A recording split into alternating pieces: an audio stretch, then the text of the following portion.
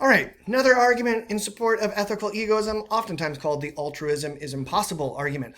Altruism is the principle, or maybe even the practice, of placing the needs, the concerns, the best interests of other people above our own in terms of their importance. So the altruist is said to be the person who regards their own interests, their own concerns and needs as secondary to someone else's. And therefore, the altruist is said to be acting completely without regard for their own self-interest and their own self-needs. They're totally selfless.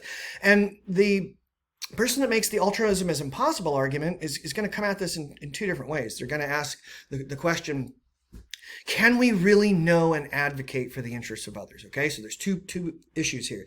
Can we really know what is in the best interest of others in order to be altruistic? And you might think about, a gift you received that you didn't like, okay? So this person who gave you the gift most likely was thinking about what you would like the most, what you would benefit from the most.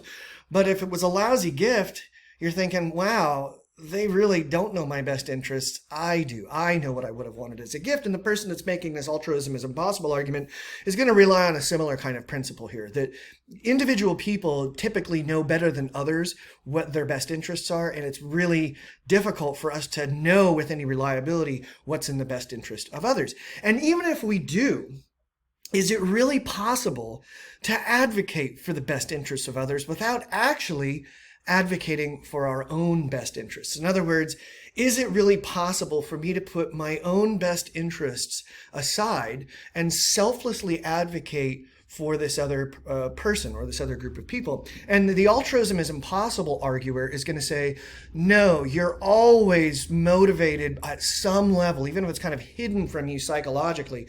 You're always motivated by what you believe at heart is your own best interest. And the altruist is really sort of playing this part.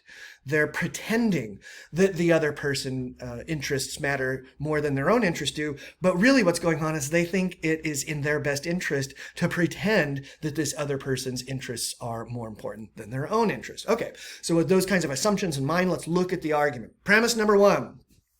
Other people are more likely to know their own best interests better than I know them. Premise number two, I could harm another person by acting as if I know his or her best interest better than he or she knows them. And premise number three, harming others is not in my best interest. Therefore, the best ethics is one that requires individuals to be responsible for their own best interest. Okay, so a couple things to take note of here. It is true, premise number two, it's possible, I could harm someone by acting as if I know her best interest better than they know them. That's easy to imagine, so it seems like premise number two is true. Premise number three also seems true. Harming others is not in my best interest. If I harm others, I could suffer penalties, I could have a bad reputation, there's all kinds of consequences to that. So premises 2 and 3 seem legit enough. But what about premise number 1?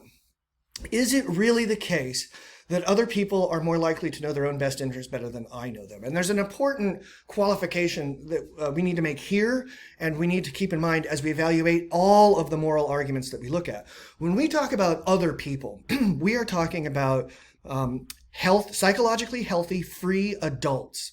Okay, not people who are under duress, not people who are suffering from some sort of mental disability or mental illness, and not kids. Okay, because we know it's the case that it is not true that kids are more likely to know their best interests than adults do all the time. And that's certainly not the case for people who are suffering from delusions or who are suffering from some sort of an addiction, or people who are under serious duress and can't think clearly because they're not free to think clearly.